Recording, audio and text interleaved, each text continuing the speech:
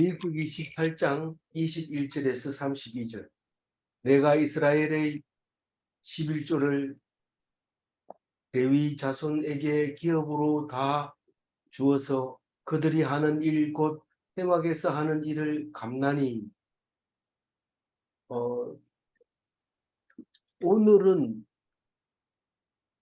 오늘 얘기를 잘 읽으면 사실은 이쪽 부분에 대해서는 마무리를 지을 수 있는 겁니다.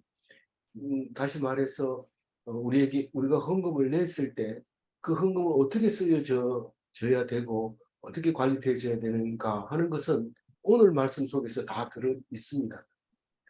그래서 어제만 해도 그 앞에 출애굽기나 레위기에서 한 거나 비슷하게 무슨 얘기를 하냐면 우리가 헌금을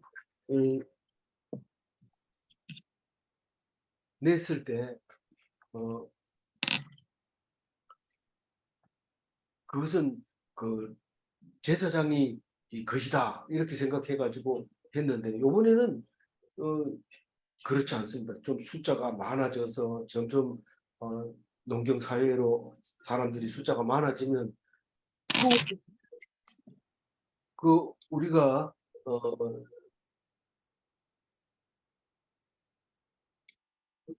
마이크 켜진 것 같아요.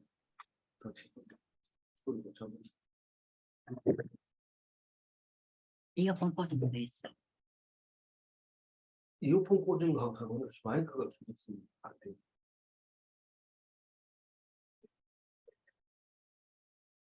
네.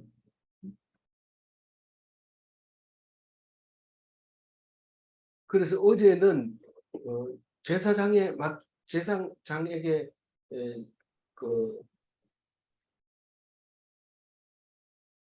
마이크 켜진 거예요.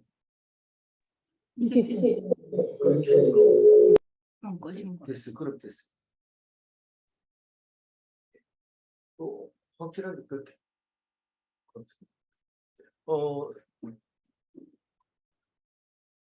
그러니까 제사장이 아니라 이제 레위인이 숫자가 많아지니까 레위인들이 이제 같이 11조를 드린 거를 레위인들이 같이 쓰고 말이 11조지 사실은 헌금 모두를 말하고 있는 거죠. 말하고 있는 거지만 다른 얘기는 안 합니다. 다른 감사헌금 뭐 이런 얘기는 안 하지만 11조만 계속 이야기합니다. 가장 좋은 거, 제일 먼저 난 거 이걸 전부 흔들어서 높이 들어서 드린 거제로 묘제나 이걸로 제일 좋은 거로 극상품으로 드린 그 예물이 하나님이 받으시는 11조라고 그냥 여기서 얘기를 하고 있습니다. 그것을 이제 레위인의 몫이 었는데 이제 그 관리를 누가 한다고 그랬어요? 제사장이 하는데 어제 20절에서는 뭐라고 얘기하냐면은 하나님은 영원한 레위인의 기업이다. 나의 영원한 기업, 우리는 레위인이니까 영원한 기업이다. 하나님은 영원한 레위인의 기업이다. 라고 아론에게 말을 할 때 그게 지금 우리 오늘 24절까지 얘기인데 왜 20절이 앞으로 똑 떨어져 나갔는지 그거는 몇 년 전에 묵상할 때도 그렇게 떨어져 나왔더니 이번에도 같이 떨어져 나왔어요. 그래서 그거를 생각하고 읽으면 돼요. 그냥. 하나님은 영원한 레위인의 기업인데 왜냐하면 레위인은 그 11조를 가지고 먹고 살아야 되기 때문에 그렇다라고 얘기를 하고 있습니다. 그러니까 누구의 11조냐면 이스라엘 백성의 11조, 성도의 11조를 말하는 거죠. 그 레위인이 영원히 물려줘야 되고 가지고 있는 몫은 모든 11조를 가지고 레위인이 먹고 산다. 제사장을 포함했어요. 포함해서 그렇게 된다는 거고 레위인은 그 교회 안에서 봉사한 그 싹스로 다시 말해서 보수로 임금으로 그것을 받는 것이다. 그렇게 21절에 말하고 있습니다. 22절에 한번 읽어볼까요? 이후로는 이스라엘 자손의 회막에 가까이 하지 말 것이라 죗값으로 죽을까 하노라. 이게 무슨 말이냐면 겉으로는 이렇게 쉽게 써놨지만 그러니까 다시 말해서 너희들이 보수를 받고 여기를 평생 살고 있으니까 다른 이스라엘 자손이 여기 와가지고 가까이 하면 안 된다. 니들이 있기 때문에 올 필요도 없고 오면 안 된다. 죽는다. 그게 내가 정해놓은 거다. 그 얘기를 합니다. 그 얘기를 지금 22절에 하고 있습니다. 그러니까 평신도가 뭐 예를 들어서 예배를 인도한다든가 그렇게 하지 마라. 이런 의미도 됩니다. 그러나 우리 기독교는 평신도도 예배를 인도하고 목사가 유구시에 장로가 하고 장로 목사 없을 때는 집사가 나와서 하기도 하고 또 심지어는 집사 직분도 안 받은 사람이 성경을 매일 묵상하는 사람이 이렇게 예배를 인도하는 경우도 있습니다. 또 우리가 성서 유니온에 가보면 실제로 가보면 아무 직책도 안 받은 사람이 그러니까 그 집사님이 이 매일 성경 편집자로 뭐 이렇게 등록돼서 우리는 매일 성경 편집자를 누가 하나 이러지만 그런 사람들이 또 합니다. 편집하기도 하기 때문에 그 신학적으로 보존받은 거냐 그게 아니고 자기가 하나님이 우리에게 주는 교훈이 뭔가 하나님은 누구신가 이렇게 찾기만 하면 매일 성경의 묵상은 되는 겁니다. 그러나 오랫동안 이렇게 나누어 놨던 거 오늘 여기까지 묵상하고 내일 여기까지 묵상하고 이렇게 하는 걸 나눠 놨던 것은 참 좋은 거죠. 그리고 누구든지 같이 묵상할 수 있는 거라서 좋은 거라서 우리가 매일 성경을 채택하는 것이 매일 성경이 절대적이고 뭐 그거 아니면 안 되고 이게 아닌 거죠. 아닌 건데 그렇다고 해서 무조건 반대할 필요도 없고 여태까지 해온 거니까 그러니까 잘하고 있는 겁니다. 어쨌든 그래서 왜 그러면 이때 하고 이때는 백성이 성막에 접근하지 못하게 하고 지금은 집사도 성경 말씀을 가지고 막 얘기하고 이렇게 합니까? 이렇게 했을 때 왜 그래요? 예수님이 오셔가지고 한마디로 다 끝내버렸어요. 너희들이 제사장이다. 원래는 제사장은 레위인이라야 되고 아론의 아들들이라야 되지. 안 됩니다. 근데 우리는 제사장이라 하면서 막 성경 해석해보고 이렇게 하고. 그래서 이 성경을 읽을 때, 옛날에 그랬으니 우리도 그래야지. 이렇게 하는 게 아니라 옛날에는 그랬다. 그렇지만 예수님은 그것이 우리에게 주는 것이 무거운 짐이었기 때문에 가볍게 하시려고 한 것이기 때문에 우리는 그걸 안 해도 되는데 그걸 아는 것과 모르는 것은 천지차이입니다. 원래 죽어야 되는데 내가 살았는가 하고 원래 살았는가 하고 오늘 누가 기쁠까요? 그건 비교가 안 되죠. 그래서 우리는 죽어야 되는 사람이고 죽었던 사람이라는 것을 알 때 우리 깊어지는 건데 그거를 위해서 성경 공부를 하고 있는 겁니다. 겉으로는 달라지는 게 없어요. 달라지는 게 없어요. 그런데 이거를 너무 성경을 읽으면 무자비하고 민주주의 국가에 불공평하고 이런 것처럼 보이지만 그게 아니고 그런 경우 그럼에도 불구하고 우리를 똑같이 해줬다는 것에 대한 법을 모르고는 그게 은혜가 되지 않기 때문에 그 은혜를 위해서 말씀을 하고 있는 것이죠. 23절 읽어보면 그러나 레위인은 회막에서 봉사하며 자기들의 죄를 담당할 것이요 이스라엘 자손 중에는 기업이 없을 것이니 이는 너희 대대의 영원한 율례라. 이걸 읽어보면 성경적으로 써놨네요. 성경적으로 써놨네요. 이해 안 가는 것도 없고 그게 뭐 큰 우리한테는 적용될 거는 없는 건데요. 그렇게 아니라 23절 말씀은 이 조금 어려운 부분이라서 킹 제임스 버전을 찾아보면 회막에서는 레위인이 봉사하는 것을 책임져야 한다 이렇게 적어놨어요. 그러니까 레위인은 회막에서 봉사하며 자기의 책임을 다할 것이요 이런 뜻입니다. 23절 말씀이. 그리고 이스라엘 자손 중에는 기업이 없을 것이니 이 말은 가나안 땅에 들어가 봐야 레위인의 땅 이래가지고 기업으로 물려줄 만한 땅을 분배받지 못한다 그 말입니다.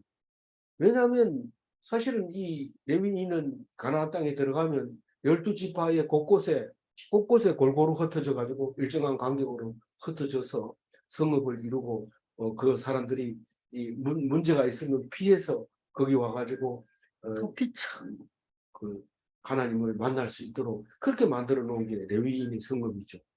그래서 이스라엘 자손 중에는 기업이 없어요. 그거는 대대로 레위인은 땅을 가져서는 안 된다. 이런 의미를 가지고 있는 겁니다. 이게 없어지지 않는 진리의 말씀이라는 거죠. 땅도 있고 또 11조도 받고 11조도 받고 또 하나님의 말씀을 전하고 이런다면 불공평하다. 그러니까 그러면 전중환 목사는 뭐 저기 연금도 많이 받고 또 그럼 뭐 교회 목사도 하고 이런 돈 많겠네요. 그러면 이건 불공평한 거 아닙니까? 사실은 자신이 없고 굶을 자신이 없고 그러나 하나님 말씀은 간절하고 그래서 이렇게 하는 거니까 여러분들 이해해 주시기 바랍니다. 어쨌든 주는 거는 받고 또 전하고 싶은 건 전하고 그렇게 하는 거니까 하나님께서 어떻게 하실지 맡기고 그렇게 하겠습니다. 그래서 24절 이스라엘 자손의 여호와께 거제로 드리는 11조를 레위인에게 기업으로 주었으므로 내가 그들에 대하여 말하기를 이스라엘 자손 중에 기업이 없을 것이라 하였노라. 네. 그러니까 내가 항상 이스라엘이 레위인이다, 제사장이다 이걸 잊어버리면 안 됩니다.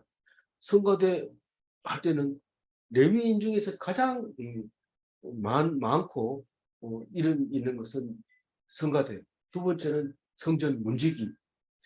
성경에 나와 있는 게 그렇습니다. 안 나와 있는 거로 말하면 식당 봉사, 주차 관리, 주로 나눠주는 거, 뭐 교회 안내하는 거 이게 다 레위인이고 또 그런 거죠. 그래서 이스라엘 자손이 여호와께 거제로 드린 11조를 레위인의 기업으로 주었으므로 그러니까 11조 거제 초태생 극장품 이런 게 다 레위인의 11 그 백성들의 11조로 한마디로 표현해 준 거고 그걸 먹고 레위인은 산다는 거죠.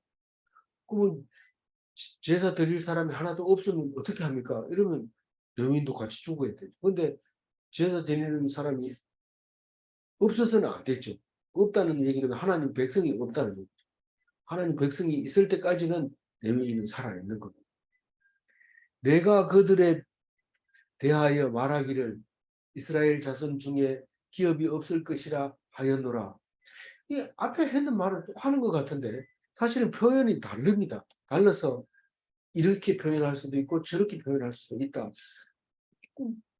뭐 예수님의 피, 예수님의 보혈, 예수님의 은혜, 뭐 예수님의 십자가 뭐 여러 가지로 표현할 수 있는 거나 마찬가지고 성경 속에서 여러 가지 모양으로 이야기함으로써 더 정확하고 분명하게 얘기합니다. 만약에 성경에 이런 성질이 없다면 사복음서가 필요 없고 하나만 있으면 돼요. 근데 사복음서가 다 필요한 이유는 각각 보는 관점이 다르고 표현 방법이 다르기 때문에 합니다. 그래서 이 그리스도라는 사람은 흑우다. 그러니까 그 흑우라고 얘기를 하면서 열심히 연구하던 사람이 결국은 손들고 사실이다라고 얘기를 했는데 법적 용어로 보면 서로 다른 말을 하는 정인이 있으면 그게 진짜고 10명 정인한테 가서 정인 그때 어떻게 했습니까? 똑같이 얘기하면 그건 가짜라는 거예요. 그 법적으로도 그렇다는 거예요. 왜냐하면 10사람이 볼 때 보는 기억과 보는 관점이 다 다른데 똑같이 얘기한다는 건 입을 맞춰서 그냥 만드는 거라는 거죠. 그래서 재판관은 그것을 그 법적으로 그거를 적용을 한다는 거예요. 예수님도 마찬가지입니다. 한 사람이 얘기해서 똑같은 얘기를 4권 쓰는 거하고 다른 4권을 쓰는 거하고 어떤 게 신빙성이 있습니까? 다른 4권을 쓴 것이 훨씬 신빙성이 있다는 거. 분명히 예수님이 오셨는데 다르게 기억하고 있는 것 뿐이지. 그래서 그 24절 그 노트에 35장 4절 말씀을 기록해 놨습니다. 한번 볼까요? 너희가 레위인에게 줄 성읍들의 들은 성벽에서부터 밖으로 사방 1000규빗이라. 너희가 레위인에게 줄 성읍은 살인자들이 피하게 할 도피성으로 6성읍이요. 그 외에 42성읍이라. 도합 48성읍. 예. 그 레위인은 남들은 땅을 받아가지고 그 원주민들 다 원주민이라고 쓰지는 않지만 자기들이 유대인들이 원주민이라고 말하죠. 어쨌든 그 사람들을 다 쫓아내고 그걸 후손에게 물려줄 자기의 기업으로 삼을 때 레위인은 48성읍에만 살 수 있게 돼 있는 거죠. 도피성은 요단 동편에 3개, 요단 서편에 3개. 그래서 24시간 안에 도망갈 수 있는 성읍을 이렇게 만들어 놓는 거죠. 그래서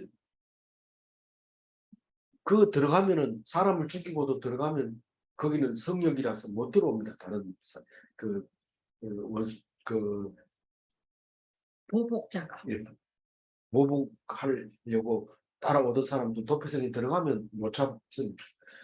그 도피성도 레위인의 성읍이고, 그리고 42성읍을 골고루 이렇게 놓음으로써 전부 합해서 48성읍이 있도록 민수기에 이미 얘기를 해놓습니다. 그리고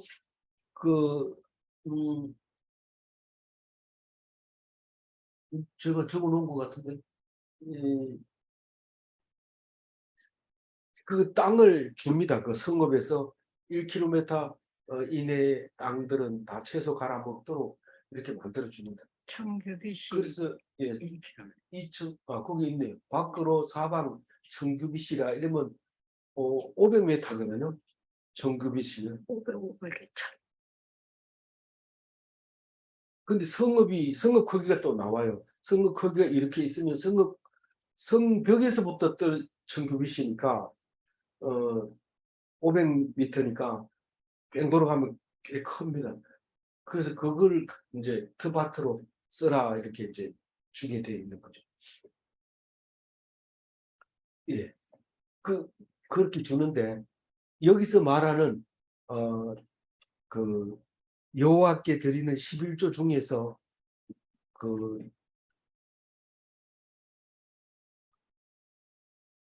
레위인의 기업이고 땅은 없고 그리고 주는 것 중에서 11조가 있는데 11조는 기업으로 이제 받았는데 그게 보통 초실이나 초태생이나 극상품이나 대속물은 부정한 초태생의 이 대속물이고 장자의 사람의 대속물이고 또 특별한 예물 그것도 해당되고 거제물 다 태우지 않는 요제물 또 다 태우지 않는 속죄물이나 또 뭐 있었어요? 거제물이나 아니면 거제물이 아니고 속죄제와 속건제 또 무슨 제가 있었죠? 요제, 거제. 속죄제, 속건제 할 때 어제 나와 있는 것 중에서 네, 그 하나님께 드리는 그게 있었잖아요. 거제, 요제, 거제만 있어.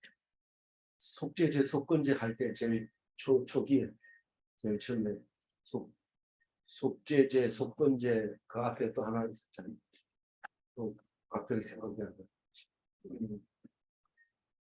어제 그 한번 보세요. 어제 거 봤는데. 하나 주보세요.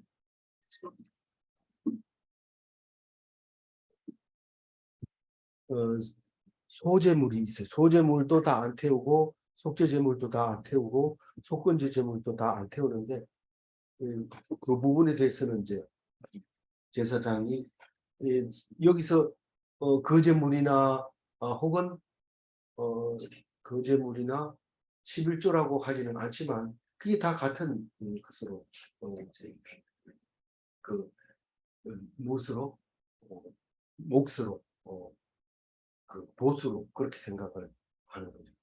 그래서 24절까지가 이제 그 얘기고 요번에는 이제 똑같이 레위인에게 말합니다. 말하지만 25절, 26절 여호와께서 모세에게 말씀하여 이르시되 너는 레위인에게 말하여 그에게 이르라.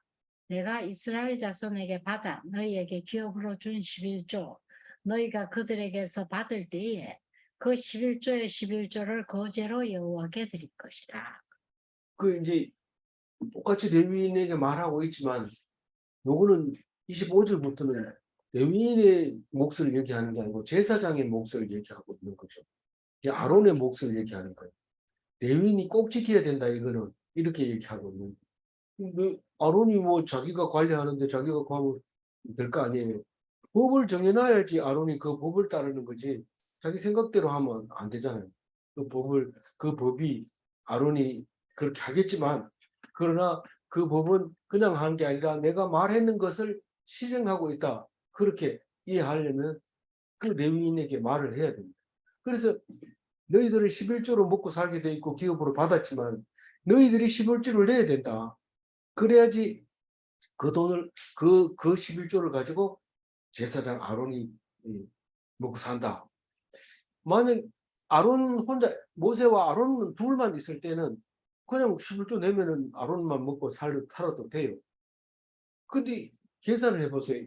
9명이면 9명이면 제사장 1명 이렇게 하면 10명이잖아요. 사람이 10명이면 11조 하는 사람 9명이고 제사장 1명이면은 똑같아요.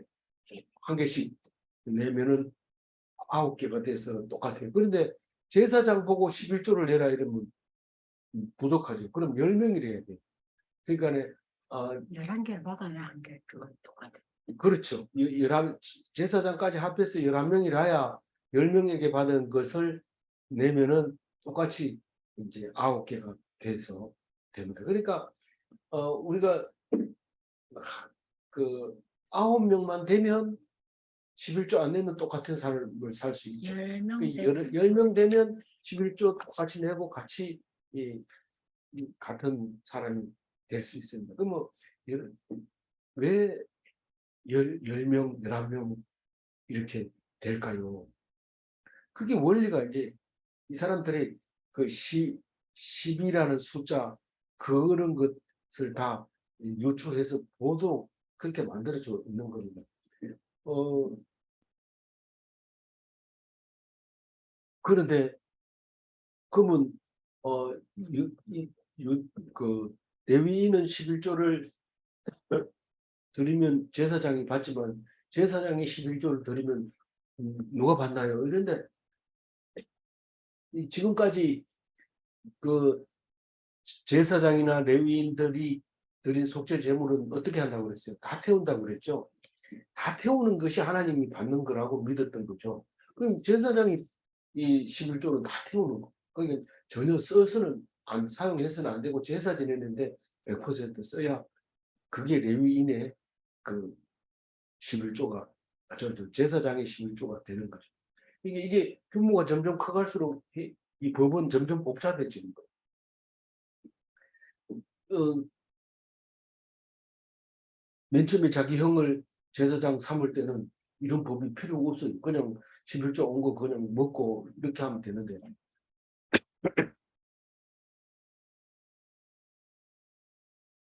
그래서 그 27절 내가 너희의 거제물을 하장마당에서 드리는 곡물과 포도즙 틀에서 드리는 즙같이 여기리. 이게 백성들이 아주 귀하게 여기고 따로 놔둬 가지고 하나님께 드리는 그 11조처럼 너희 레위인도 그걸 받은 그걸 가지고 11조를 드리면 그것처럼 귀하게 여긴다. 그러니까 거룩한 성물이지만은 레위인이 드리는 것은 지성물로 여기겠다. 이런 뜻이 한 단계 더 높여주는 거예요. 그 얘기를 똑같이 표현을 했지만 그 이미 거제물을 받은 걸 또 드리는 것은 똑같이 타작마당에서 드리는 곡물과 포도주 틀에서 드리는 즙같이 여기리니 이렇게 그 말함으로써 더 귀하게 여겼던 거죠. 그러니까 레위기 23장 10절 한번 읽어볼까요?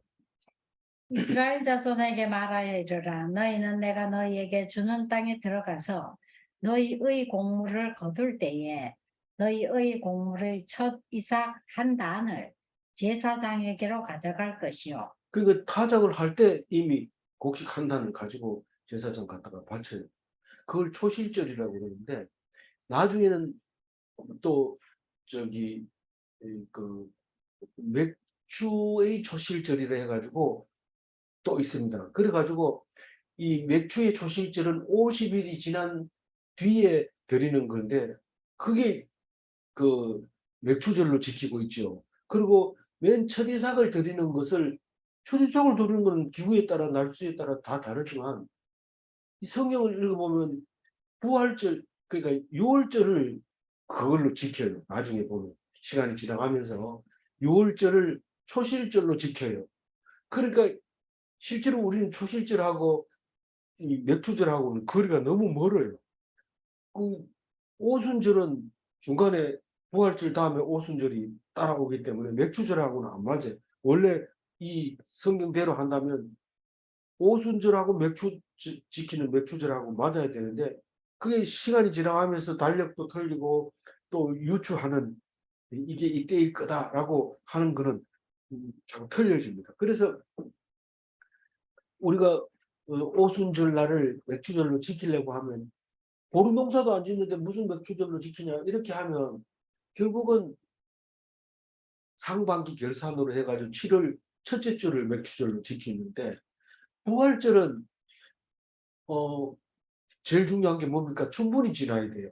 그 사람들이 출애굽할 때 충분히 지났을 거다 그렇게 결정을 하고 또 충분히 저 갈수기가 있잖아요. 가물고 이렇기 때문에 그랬을 가능성이 있다 그러고 충분히 지나고 음력 보름이 지나야 돼요. 밤에 죽음의 사신이 왔을 때. 그래서 14일이 돼야 돼요. 6월절은. 그래서 기독교에서는 충분히 지나고 음력 보름이 지나고 돌아오는 첫 번째 주일이 부활절이 되는 거예요.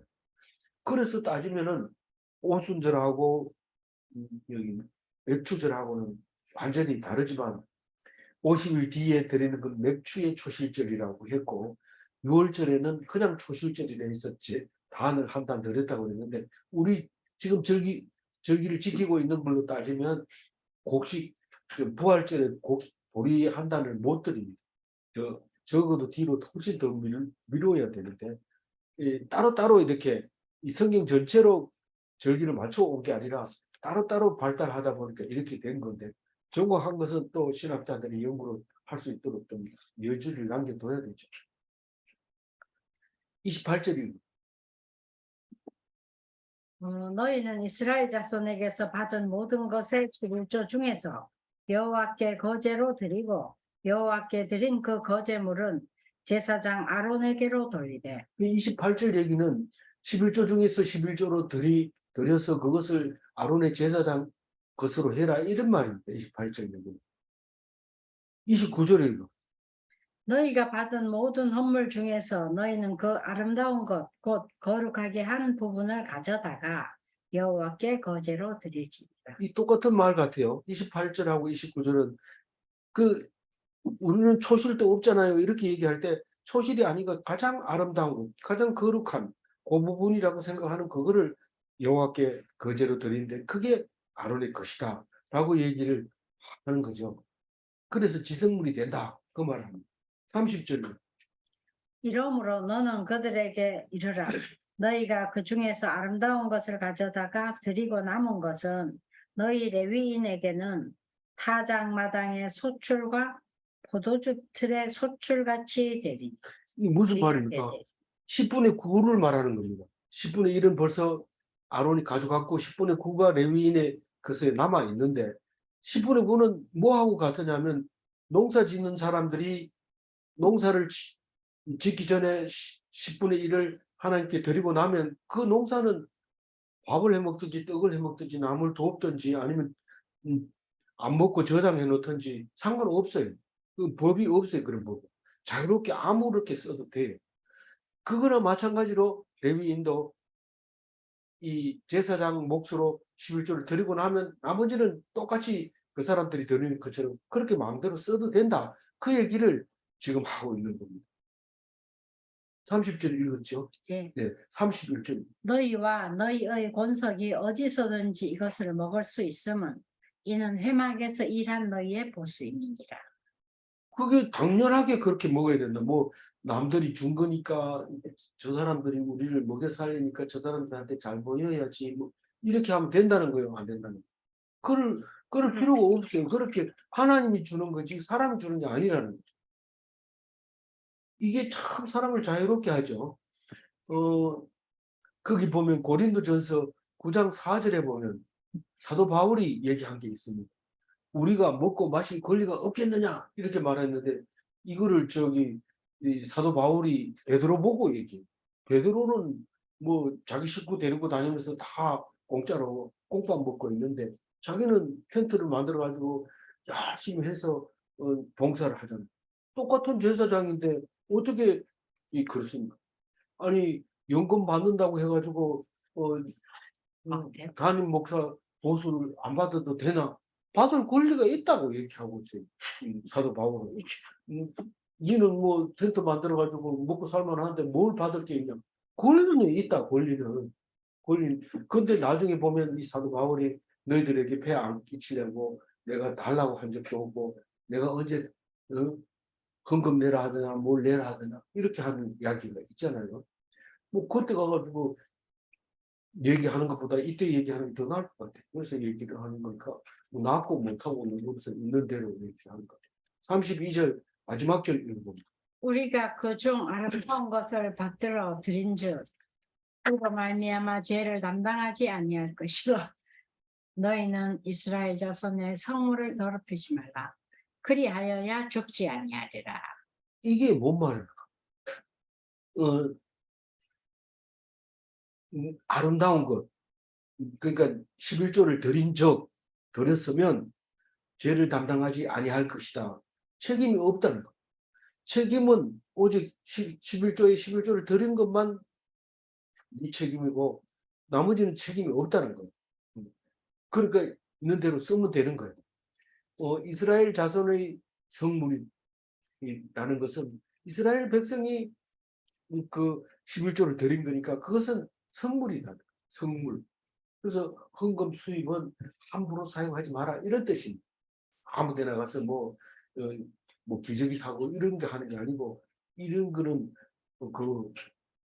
그 용도에 맞게 거룩하게 사용되어야 된다. 특히 예배 드리는데 합당하게 써줘야 된다. 그렇게 말하고 있습니다. 그런데 요 부분에 대해서 이 성전을 성전에서 나오는 헌금을 사용하는 것 여기는 먹는 거예요. 그러니까 성물을 먹느냐 안 먹느냐 지금은 교회 헌금 들어온 거 가지고 어떻게 쓰느냐 그거를 얘기하는 것이지만 여기서 먹는 거예요. 근데 그거에 대해서 히브리서 13장 10절에 이런 말이 있어요. 한번 읽어볼까요? 우리에게 제단이 있는데 장막에서 섬기는 자들은 그 제단에서 먹을 고난이 없나요? 이게 도대체 무슨 말인지 몰랐어. 꽤 시간을 보냈는데요. 우리에게 제단이 있는데 장막에서 섬기는 자들은 그 제단에서 먹을 고난이 없다. 이런데 어렵습니다. 깊이 자세히 생각해 보면 우리에게 제단이 있는데 이 말은 기독교인의 예배를 말하고 있는 거고 장막에서 섬기는 자들은 이 말은 유대교는 아직도 성막이 있고 성막 안에서 제사장이 있다는 겁니다. 그 사람들은 그 제단에서 먹을 권한이 없나니 이렇게 말을 했어요. 번역을 이렇게 해놓으니까 우리는 도대체 이걸 번역하기가 쉽지 않고 느낌은 와도 증명이 안 되는데 새 번역에서는 아주 쉽게 그냥 그대로 해버렸어요. 새 번역은 어떻게 했는지 한번 볼까요? 우리에게는 한 제단이 있습니다. 그런데 유대교의 성전에서 섬기는 사람들은 우리의 이 제단에 놓은 제물을 먹을 권리가 없습니다. 이렇게 쉽게 그냥 해버렸기 때문에 어떤 특히 이런 거 배경을 가지고 해석을 했을 경우에는 세번역이 굉장히 유리하죠. 이해하기가 되게 좋게 만들어졌죠. 그래서 세번역에서도 말하는 게 우리의 이 재단에 놓은 재물을 먹을 권리가 없습니다. 이게 무슨 말이에요? 교회 헌금을 쓸 권한이 없다 이런 뜻이 1차적으로는 그 말이지만 유대인은 그리스도인의 예배에 참석할 수 없다 이렇게 읽으면 돼요. 광의로 넓은 의미로. 다시 말해서 유대인은 왜 기독교인의 예배에 참석할 수 없습니까? 예수를 인정하지 않으니까요. 그러니까 참석할 수 없다고 해야 됩니다. 그리고 그것은 거룩한 것을 계획해 주지 않는 것하고 같은 겁니다. 아무나 그냥 들어와가지고 예배 드리면 돼 이런 게 아니고 믿지 않는 사람은 권한이 없어요. 돈을 쓸 권한도 없는데 그게 재물을 먹을 권리가 없다는 거죠. 교회에서는 헌금 가지고 봄 야유회 갈 때 돈도 지원해주고 뭐 간식도 지원해주고 이렇죠. 그런 권한이 그 믿지 않는 사람에게는 권한이 없다. 그런 얘기입니다. 우리가 가톨릭에서 나왔기 때문에 가톨릭을 무시할 수는 없지만 신부가 나와가지고 뭐 우리 찬양 인도한다든가 이렇게 하면 안 되는 거예요. 그게 그하고 마찬가지죠. 그래서 우리는 조상에 대해서 이야기를 할 때 이 성경을 읽어보면 참 냉정하게 잘 해놓은 것을 알 수 있습니다. 신앙적으로 확실하게 예수님이 다윗의 후손에게서 다윗보다 큰 사람이 날 수 있느냐 이러면 사람들이 할 말을 잊어버려요. 근데 예수님은 정확하게 구별해 줍니다. 예수님은 다윗의 후손에게서 다윗보다 큰 하나님의 아들이 나타날 수 있다. 그렇게 가르쳐 주셨죠. 32절 다시 한번 읽고 마무리하겠습니다. 우리가 그중 너희가 그중 아름다운 것을 받들어 드린즉 이로 말미암아 죄를 담당하지 아니할 것이라. 너희는 이스라엘 자손의 성물을 더럽히지 말라. 그리하여야 죽지 아니하리라. 네. 성직자나 병신도나 하나님 앞에서는 같은 영혼입니다. 신도에게 의무가 있으면 성직자에게도 의무가 있다는 것이 질문합니다. 성직자는 하나님의 사랑을 아는 자인가? 성도는 사람 사랑을 아는 자인가? 같은 말이에요. 사실은 같은 말인데 우리는 이렇게 질문하면 대답을 잘 못할 수가 있는데 오늘 머리 아픈 거 마지막까지 끝까지 잘 들어줘서 감사합니다. 원래 이 중간쯤 오면 졸아야 되는 건데 오늘 중요한 얘기이기 때문에 이거 끝나고 나면 이제는 제사에 대해서는 확실하게 얘기할 수 있고 드리는 헌금에 대해서도 확실하게 할 수 있을 것이라고 믿습니다. 그래서 무슨 교회에서 어떤 일이 있더라도 이게 옳다, 내 생각에는 이런 것이 옳다 이게 아니고 성경 말씀을 가지고 딱 갖다 대서 이것은 기독교적이지 못하다, 맞다 이렇게 얘기할 수 있도록 하나님 앞에서 온전한 그리스도인이 다 되시기 바랍니다. 기도하겠습니다. 하나님 감사합니다. 우리는 드리지도 않는 제사를 가르쳐 주실 때에 답답하고 힘들었을 수도 있었던 이 말씀이 우리에게는 은혜가 되게 하시고 참으로 해석이 되게 하시고 이해가 되게 해주셔서 감사합니다. 이 말씀 붙들고 당당하게 말할 수 있도록 도와주시옵소서. 모르는 자가 아니라 말씀을 아는 자로서의 참 기쁨을 누리고 분명해지는 어물거리지 않는 당당한 그런 그리스도인이 되게 하여 주시옵소서. 그렇게 하여 주실 줄 믿사옵고 감사하며 우리 주 예수 그리스도 이름으로 기도 올리옵나이다. 아멘.